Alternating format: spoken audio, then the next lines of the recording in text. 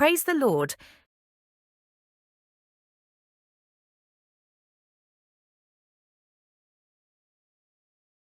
மனுஷன் அப்பத்தினாலே மாத்திரம் அல்ல, தேவனுடைய வாயிலிருந்து புறப்படுகிற ஒவ்வொரு வார்த்தையினாலும் பிழைப்பான்.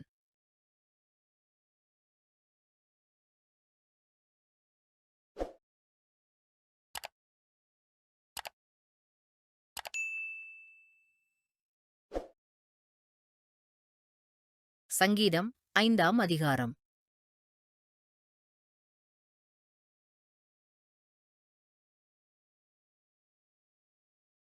தாவீது கர்த்தரிடம் தனது ஜெபத்தைக் கேட்கும்படி 5ஆம் சங்கீதத்தைத் தொடங்குகிறார்.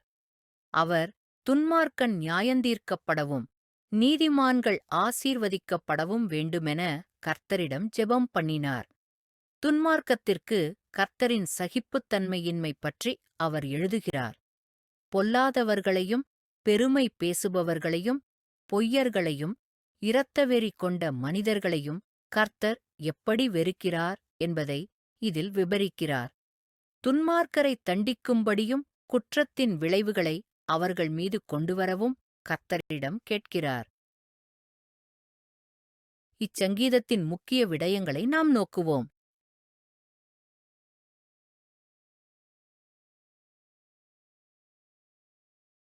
தாவீது பிரார்த்தனை செய்வதாக உறுதியளிப்பதுடன் அதனைக் கர்த்தர் நிச்சயமாகக் கேட்பார் எனவும் தனது ஆன்மாவிற்கும் கர்த்தருக்குமிடையே ஒரு கடித பரிமாற்றத்தை தீர்த்துக் கொள்கிறார். அவர் கர்த்தருக்கு மகிமையை கொடுக்கிறார், மேலும் கர்த்தரின் பரிசுத்தத்தின் ஆறுதலை தானே எடுத்துக்கொள்கிறார். கர்த்தரின் பொது வழிபாட்டிற்கு நெருக்கமாக இருக்க வேண்டுமென்று அவர் தனது தீர்மானத்தை அறிவிக்கிறார். தனக்காக கர்த்தர் அவரை வழிநடத்துவார், அவரது எதிரிகளுக்கு எதிராக கர்த்தர் அவர்களை அழிப்பார் என அவர் பிரார்த்தனை செய்தார்.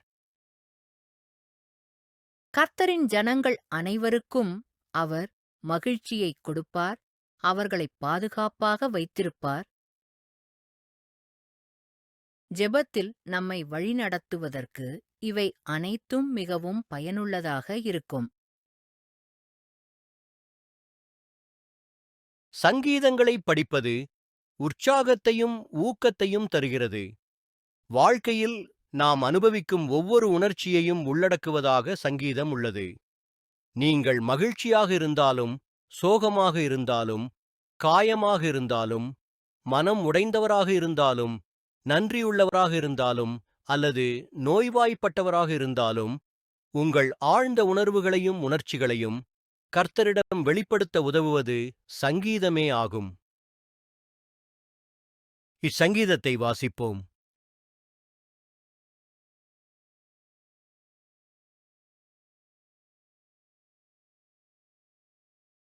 கர்த்தாவே, என் வார்த்தைகளுக்குச் செவிகொடும், என் தியானத்தைக் கவனியும்.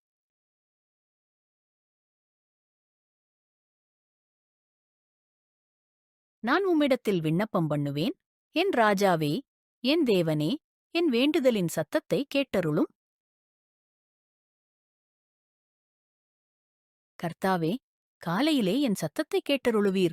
காலையிலே உமக்கு நேரே வந்து ஆயத்தமாகி காத்திருப்பேன். நீர் துன்மார்க்கத்தில் பிரியப்படுகிற தேவன் அல்ல, தீமை உம்மிடத்தில் சேர்வதில்லை.